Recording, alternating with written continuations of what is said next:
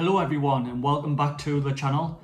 Today I wanted to make a video just explaining the timeline of Holly's cancer. It began at about February-March time when Holly realised she had a lump on her tongue. So we realised she had a lump on her tongue around March time and we went to the doctors. We went to the doctors twice actually, but also we went to the dentist twice. And the doctors twice and the dentist twice told us it's basically just a growth on her tongue due to the pregnancy hormones. And we were like, sort of, okay, but it's grown at a rapid rate. Now, I'll put a photo on screen now of the very first time we went to the doctors and also a photo when it grew. So we went to the doctors twice, like I said, we went to the dentist twice, and we left it a couple of weeks where we kind of went, okay, doctors know what they're talking about.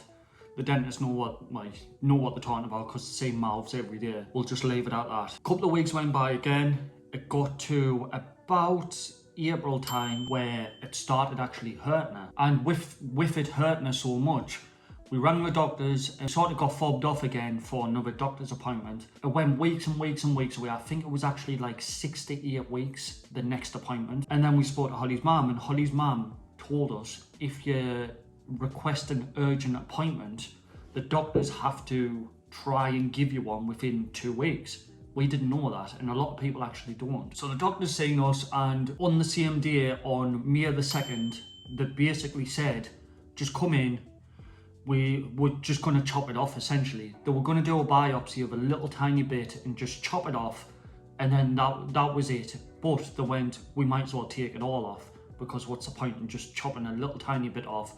We'll take it all off. May the 2nd, we went to an appointment over at Durham, and Holly said this was literally the worst, like out of everything that's gone on.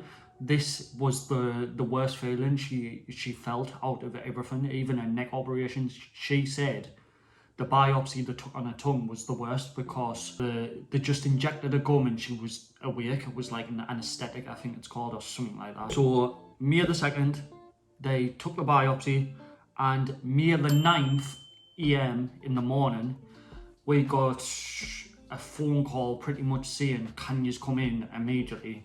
And we were like, oh, it's not going to be great this. So May the 9th AM, I remember this day very well. We go into the doctors and we get taken through, open the door, and I'm not kidding, the room's tiny.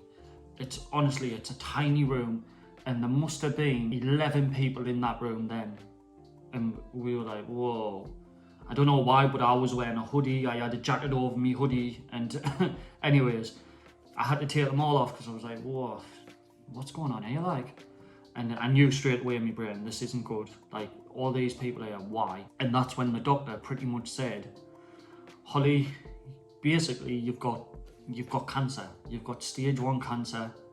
The biopsy came back and it's not a hormonal growth, it's cancer. All these people are sat there. I think Harry was going crazy in his buggy crying for something. All these people are like stood there, and I was like, oh my God, what has happened? My life has just turned upside down here. And we went out the room and I basically had to have a lie down on the chair outside because, I don't know, all them people in the room, I had my hoodie on, I was sweating, and somebody's basically just told us that my girlfriend, who I've been with for, I don't know, 13, 14 years or whatever it is, got kids together, like never split up, we've never split up once, never really argue, kids to her, engaged. And now we have been told she's got cancer when she doesn't smoke, she doesn't drink. She ran a half marathon when she was pregnant. She's like always looked after herself, and we have been told she has got cancer. Went through all this stuff with the doctors and they've said this is what we're gonna do, and I kind of got my head around it, kind of understood what was going on. Went home, and basically my brother was getting married the day after, May the 10th. And Holly is, I don't know what you call it for the girls, but Holly's best woman and I'm best man. I don't know what the thing is for Holly, but is a bridesmaid or something like that. Anyways, that was on May 10th. So my brother couple of weeks before was going to just come up hours and stay up hours, because obviously you're not allowed to see the bride before the wedding. But I had actually booked I think it was a wonderful hotel with a spa and everything like that, and we were going away on May 9th, the day before the wedding, the same day we got told that Holly had cancer. Now, I didn't really want to go. Honestly, I didn't want to go away, but obviously it's my brother's wedding, I'm best man, and I paid for it, so I didn't really want to obviously cancel it or anything like that and spoil his day. Next day, the wedding comes. Me and Holly obviously put on a brave face, nobody knows anything, and the wedding is absolutely fabulous, great. Obviously, me and Holly's got 1,000 things going through our heads, so we were kind of present, but we weren't all there, if that makes sense.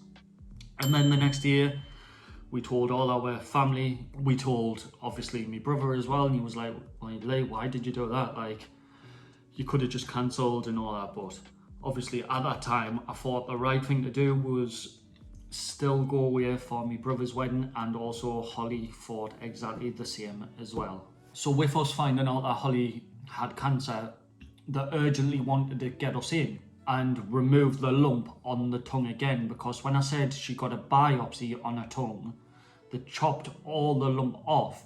However, by the time we went into the appointment to find out that she had cancer, the thing was back again. It was rapidly growing.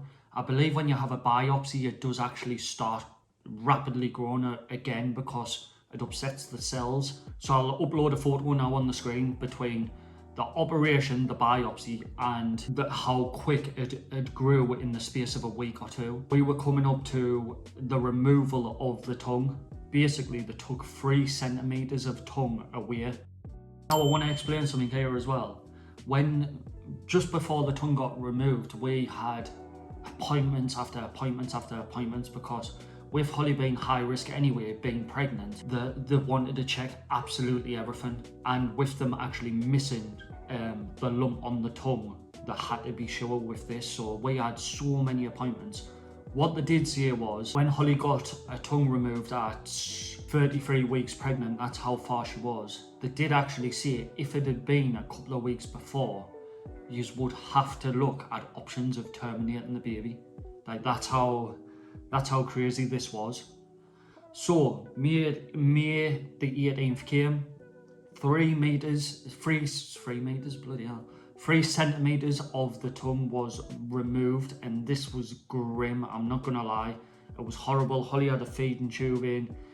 It really wasn't a nice environment whatsoever. But this was done quickly, just to try and get it all out before baby Harry was born, because like I say, Holly was still pregnant at this time. Weeks go on, the results come back, and another scan gets done, an MRI scan gets done around Holly's neck, because she couldn't get the full body done due to being pregnant. And doctors had said basically it has now gone to stage 2 cancer, because it has now spread down to your neck. Now this wasn't nice whatsoever, because Holly's, I mean, it's not really a major problem, but Holly really wanted a water birth with baby Harry, because she had a water birth with Tommy. So that being said, we were Googling before we found out the results. We had been Googling, like, what happens, can you get a water birth? And pretty much Holly had to deliver the baby 3 weeks early, so then she could get a neck dissection. So she was not obviously happy at all, because she had to get started off to have baby Harry. Water births, usually you've got to naturally give birth like whenever your body's ready, where obviously we got to 37 weeks and we had to have baby Harry. Now the reason for this was we had to have baby Harry 3 weeks early, so then Holly could quickly get in for the neck dissection, just in case the cancer, which it was, rapidly growing, so it kind of cuts off around at the neck. So 17th of June, baby Harry's born. Up to this point, the mixed emotions. Find out that my girlfriend's got cancer. This is Holly as well, like Holly's emotions. We found out she had cancer. We then went to a wedding. We then had a tongue removed. Found out that the cancer had spread to her neck. We then had a newborn baby. and then we then got told she needed a neck dissection. So extreme highs and extreme lows, not gonna lie. So baby Harry was born. At this point, Holly shut off her business. I was still working a couple of hours here and there, not when the baby was born immediately, but just to keep some money coming in. With Holly shutting her business, we kind of still wanted to keep the money ticking over.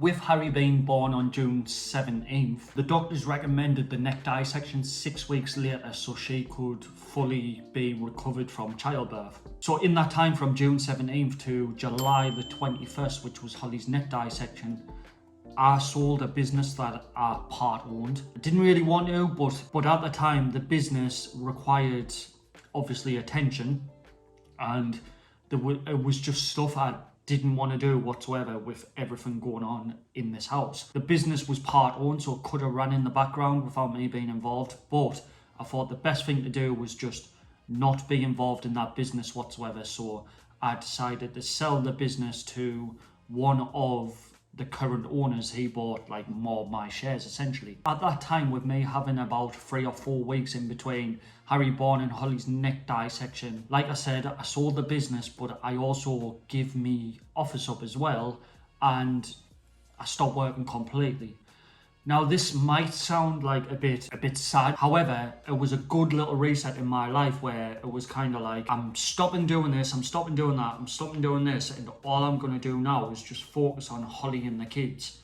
And then when all this is over, then I'll look at doing the next thing I do, because myself, I've had multiple jobs in multiple trades, doing multiple things. Like I've did fiber optics, I've delivered pizzas, I'm a qualified bricklayer, I've did joinery, I've did so many things where it's kind of like losing, like me not working, it's not a big deal whatsoever, because I can go out and I'll get a job tomorrow, like I'll deliver pizzas, like there's no pride involved. Where a lot of people in this situation, they might be employed at a job. I was at the time self-employed. I could actually go back to that job right now if I really wanted to. People who are self-employed, they feel that attachment to that job, that they can't take time off outside of the contract, like they're only allowed 2 or 3 weeks off per year. Where for me, it's kind of like, I'm not gonna just chin everything off. If I've got to get a job doing something else, I'll just do something else. I'm not worried at all about getting a job. Like I say, give up the office, give up the business, stop working, stop doing me investing and me savings and stuff like that, what I was teaching others. That's actually why I got the office in the first place, because funny enough, I was actually going to start a YouTube channel and a TikTok channel and start showing other people the systems that I've used around money. Now that might be a thing in the future, but as of right now, I'm just going to grow this YouTube channel and my TikTok. So fast forward to July the 21st, we go into Holly's operation, a neck dissection, and we actually had some good news here. Holly really didn't want to leave baby Harry. Now the other 2 kids, the 7 and 4, they can go up the nana and grandas, like Holly doesn't mind that whatsoever.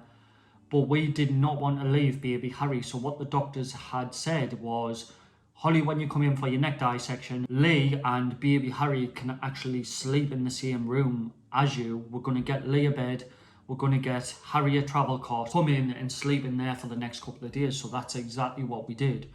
That was one of our worst fears. I didn't want Holly to be away from the baby. Also, I didn't want to be away from Holly either. So that was very nice of the hospital to do that. So the neck dissection happened. Why they do a neck dissection is pretty much, you've got something in your neck called lymph nodes. Now these are tiny, like fiber cells, and you've got hundreds and hundreds in there. What they wanted to do was pop the neck open, they go inside, they get 15 lymph nodes out, and they wanted to put them under a microscopic telescope and see if there were cancerous cells. 14 cells came back absolutely fine, not cancerous, but 1 cell actually came back cancerous. So what that means is Holly now moves up to stage 3 cancer, and she needs radiation. She needs radiotherapy. This is just an awkward laugh. But now that I think about it, and me and Holly spoke about this just a couple of days ago, imagine if they chopped the neck, they went inside, they took 15 cells, and that 1 cell that the gut that was cancerous was actually okay. We wouldn't have known that Holly actually still had cancer. We would have thought she was like cancer free, because when you can go in for a CT scan, and what they do is they put a catheter in your hand and they pump like dye into your hand, and what it does is when you go into the machine, it lights up any cancer cells in your neck. Now that blows me mind. If we just had the neck dissection and that one cancer cell, they chose a different one and it wasn't cancerous, we wouldn't have known Holly still had cancer. We would have thought that would have been sound, and that could have been obviously deadly. So although we're going through a lot of pain right now and there's a lot of stuff going on right now, I'm so thankful that they found that cancerous cell to actually start radiotherapy, because the way the cancer was rapidly growing, if they didn't get that lymph node, this thing could have literally been so deadly. So now we'll fast forward to August the 9th. The results came back. We went into the room and the doctors said we did tests on 15 lymph nodes. 14 came back perfect. However, one is cancerous. So now it is stage 3 cancer and you need to start radiotherapy. That wasn't a good time because baby Harry was here. We've just had the neck dissection. Holly's had 3 centimeters of a tongue removed and a biopsy on a tongue as well, and also sprinkling a newborn baby in there as well. So Holly's in a lot of physical pain. So that was the hardest point, probably going in and finding out that stage 3 cancer is now upon us, because everyone knows what stage 4 cancer is. And now it brings us up to today, which is August the 29th, I believe it is, and Holly is now getting radiotherapy. This is currently, up to this date, being 4 months now. When the treatment ends in 6 weeks' time, that's going to be 5.5 months, so nearly half a year of all this treatment. So that's the timeline of all of this.